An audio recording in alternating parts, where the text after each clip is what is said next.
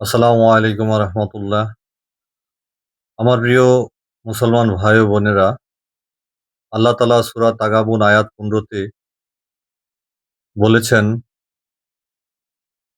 ইন্নামা আমালাকুম ওয়া আওলাদুকুম ফিতনা ওয়াল্লাহু ইয়ানদাহু আজরুম আযীম। অবশ্যই স্ত্রী, সন্তান, সন্ততি, ধন সম্পদ যা কিছু আছে সব তোমাদের ধোঁকা বা পরীক্ষার বস্তু, এবং আল্লাহর কাছেই রয়েছে তোমাদের উত্তম প্রতিদান এবং সর্বশ্রেষ্ঠ প্রতিদান। আমরা এই জগৎ সংসারে একটা পরীক্ষার মধ্যে দিয়ে যাচ্ছি, এবং এই যে স্ত্রী, সন্তান, সন্ততি, ধন সম্পদ সবকিছু আমাদের পরীক্ষার বস্তু, আমাদের ধোঁকার বস্তু। আল্লাহ তাআলা কোরআনে বলেছেন, তারপরও আমরা আল্লাহর এই মায়া রচিত সংসারে স্ত্রীর স্ত্রীর মুহে পড়ে, সন্তানের মুহে পড়ে, ধন সম্পদের মুহে পড়ে আল্লাহকে ভুলে আছি, আল্লাহ থেকে দূরে সরে যাচ্ছি।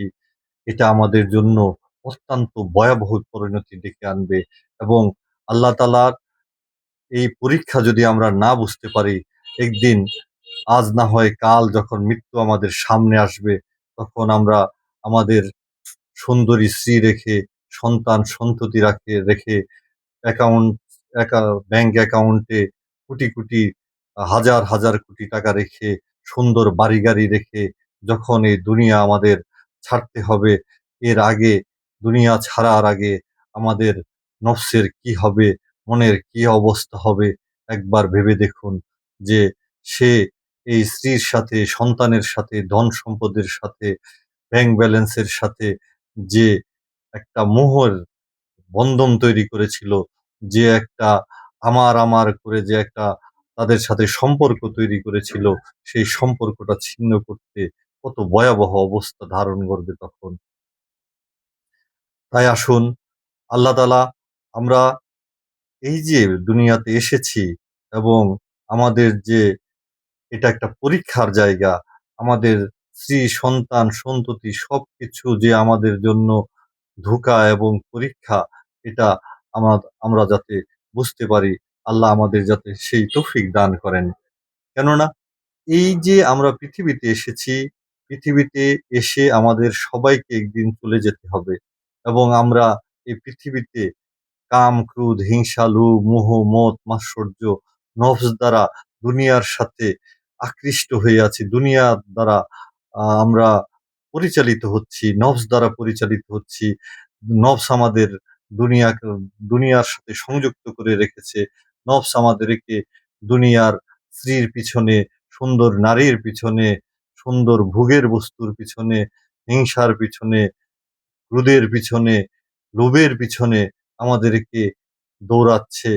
এটা আমাদের অনেক ক্ষতির কারণ। আমাদের তাই আল্লাহর শরণাপন্ন হতে হবে। আল্লাহর জিকির দ্বারা আমাদের কল্পকে পরিশুদ্ধ করতে হবে। আমাদের ইবাদতের দ্বারা অন্তঃকরণকে শুদ্ধ করতে হবে, এবং আমরা কিভাবে আল্লাহকে পাবো, সেই জন্য আমাদের একজন মুর্শেদ, একজন পথ প্রদর্শক, একজন আধ্যাত্মিক গুরুর কাছে যেতে হবে। আমরা কিভাবে এই নফসকে আমরা আ পরাভূত করতে পারবো, সেই শিক্ষায় শিক্ষিত হতে হবে। আমার শরীরে যদি কোনো রোগ থাকে, জ্বর হোক, তারপর হচ্ছে টিউমার হোক, বা যেকোনো প্রকার রোগ হোক, তাহলে আমরা ডাক্তারের কাছে যাই, ডায়াগনস্টিক করে আসি, এবং আমরা তখন রোগ নির্ণয় করে ডাক্তার আমাদের প্রেসক্রিপশন দিয়ে দেন। আমরা সেই প্রেসক্রিপশন অনুসারে ওষুধ খেয়ে সুস্থ হয়ে উঠি। তদ্রূপ আমাদের অন্তরের মাঝে কাম, ক্রোধ, হিংসা, লোভ, মোহ, মদ, মাৎসর্য এইসব রোগ দ্বারা আমরা পরিপূর্ণ। আমরা নানানভাবে ডিপ্রেশনে ভুগছি।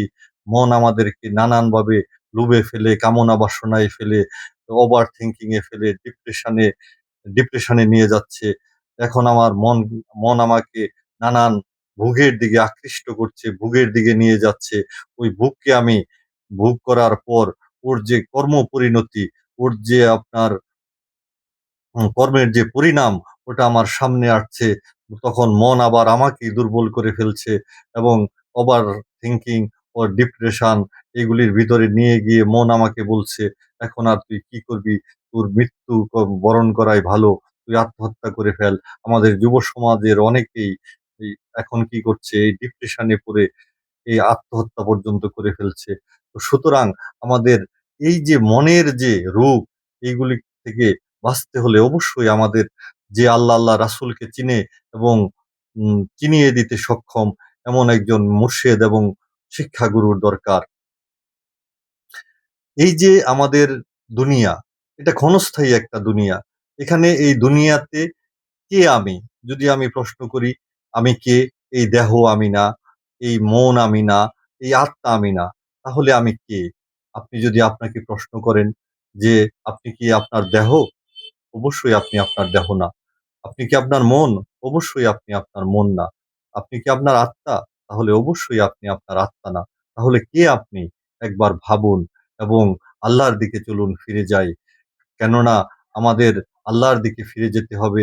আল্লাহ তাআলা বলেছেন, তার কাছেই আমাদের রয়েছে উত্তম প্রতিদান। আমাদের সকলের উচিত আল্লাহর দিকে ফিরে যাওয়ার জন্য চেষ্টা করা, আল্লাহর সাথে ফানা হওয়ার জন্য, আল্লাহর সাথে দিদারের জন্য তৈরি হওয়া। আমরা যখন আমাদের সৎকর্ম করব, আমরা আমাদের জবানকে হেফাজত করব, নজরকে হেফাজত করব, কানকে হেফাজত করব, সমস্ত ইন্দ্রিয়গুলোকে হেফাজত করব, মস্তিষ্ককে হেফাজত করব। যেগুলি আল্লাহ তাআলা কুরআনে স্পষ্টভাবে ফরজ বলে ঘোষণা করেছেন। কালেমা, নামাজ, রোজা, হজ, যাকাত যেমন ফরজ, তেমনি নজর হেফাজত করা, জবান হেফাজত করা, কানকে খারাপ কথা শোনা থেকে হেফাজত করা, মস্তিষ্ককে কুধারণা থেকে হ্যাঁ, হেফাজত করা ফরজ। এইজন্য আমাদের ইন্দ্রিয়গুলোর উপর পাহারা বসাতে হবে এবং আমাদের চঞ্চল চিত্ত মনকে স্থির করতে হবে। কলবে হুজুরি আনতে হবে। যখন আমাদের কল্ব শুদ্ধ হবে, আমাদের অন্তর শুদ্ধ হবে, তখন আমাদের নামাজে খুশু আসবে। হুজুরি কল্ব আমাদের মাঝে প্রতিষ্ঠিত হবে। তখন আমরা সালাতে এর মাধ্যমে আসসালাতু মিরাজুল মুমিনিন, আল্লাহর সাথে সেই দিদার এবং সাক্ষাৎ আমাদের দ্বারা সম্ভব হবে। এজন্য আমাদের সকলের উচিত এই মায়ারচিত আল্লাহর যে সংসার, আল্লাহর এই মায়ারচিত সংসার আমাদেরকে মায়ারচিত সংসারে প্রেরণ করেছেন এবং আমরা আমরা নফস দ্বারা বারবার পরাভূত হচ্ছি। তদ্রূপ আল্লাহ তাআলা এই নফস থেকে বাঁচারও রাস্তা আমাদেরকে বের করে দিয়েছেন। নফসের সাথে জিহাদকে আল্লাহ তাআলা জিহাদে আকবর হিসাবে আহ, ঘোষণা করেছেন। তাই আমাদের জিহাদে আকবরে অংশগ্রহণ করতে হবে। আমাদের কাম, ক্রোধ, হিংসা, লোভ, মোহ, মদ, মাৎসর্যকে জয় করতে হবে। সে আমরা আল্লাহর অংশ, আল্লাহর রূহ আমাদের ভিতর। আল্লাহ বলেছেন, রূহ আমার অংশ, রূহ আমার আদেশ। সুতরাং আমার যে আল্লাহর রূহ আমার ভিতরে, আপনার ভিতরে, যে আল্লাহ আমার ভিতরে, আপনার ভিতরে, সূরা যারিয়াতে আল্লাহ তাআলা বলেছেন, আয়াত ২১, হে মানব জাতি, আমি তোমাদের নাফসিতে বাস করি, তোমরা কি তা দেখো না? আল্লাহ আরেক জায়গায় বলেছেন, আমি তোমাদের সারোগের চাইতেও নিকটবর্তী। আবার আরেক জায়গায় বলেছেন, তুমি যেখানে আমি সেখানে। এরকম অনেকগুলো আয়াত আল্লাহ তাআলা নাজিল করেছেন, যেখানে বান্দা আর আল্লাহ একসাথে একই জায়গায় অবস্থান করছে। যেমন দুধের ভিতরেই স্বর থাকে, কিন্তু আগুনে তাপ দিলে সেই দুধের স্বর বা লুনিটা ভেসে ওঠে। তদ্রূপ আমার মাঝে, আপনার মাঝেই আল্লাহ রয়েছে।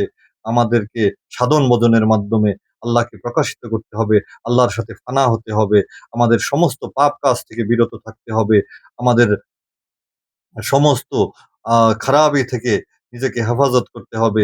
এ তাহলেই আমরা কেবলমাত্র আমাদের মঞ্জিলে মাকসুদে পৌঁছতে পারবো। আমরা আল্লাহর দিকে অগ্রসর হতে পারবো। আমরা আল্লাহর আশিক, আল্লাহর প্রেমিক হতে পারবো এবং আল্লাহর কাছে আমরা কান্নাকাটি করব, আহাজারি করব আল্লাহর সাথে দিদারের জন্য। আল্লাহ যাতে আমাদেরকে ক্ষমা করেন। আমাদের কোনো ইবাদত দ্বারা, আমাদের কোনো উম রোজা নামাজ দ্বারা আমরা আল্লাহকে পাবো না। শুধুমাত্র তার সন্তুষ্টি পারে আমাদেরকে তার পর্যন্ত পৌঁছে দিতে। তাই আমরা তার কাছে আত্মসমর্পণ করব যে, আল্লাহ, আমার চাইতে নিকৃষ্ট তোমার কাছে কেউ নেই। তাই আমি তোমার কাছে আমি করজোড় প্রার্থনা করছি। তোমার চরণে, তোমার কদম মোবারকে আমি আমাকে নিজেকে সোপর্দ করছি। তুমি আমাকে কবুল করে নাও। এভাবে আল্লাহর কাছে যদি আমরা কান্নাকাটি করি, তাহলে এই ধোঁকার সংসার থেকে আমরা বাঁচতে পারবো এবং পৃথিবী যে একটা ধোঁকা, এটা আমরা বুঝতে পারবো। কেননা পৃথিবী আসলেই একটা ধোঁকা। কারণ হচ্ছে যে এখানে ভালোবাসা, প্রেম, মোহাব্বত যা বলেন সবকিছু ধোঁকা।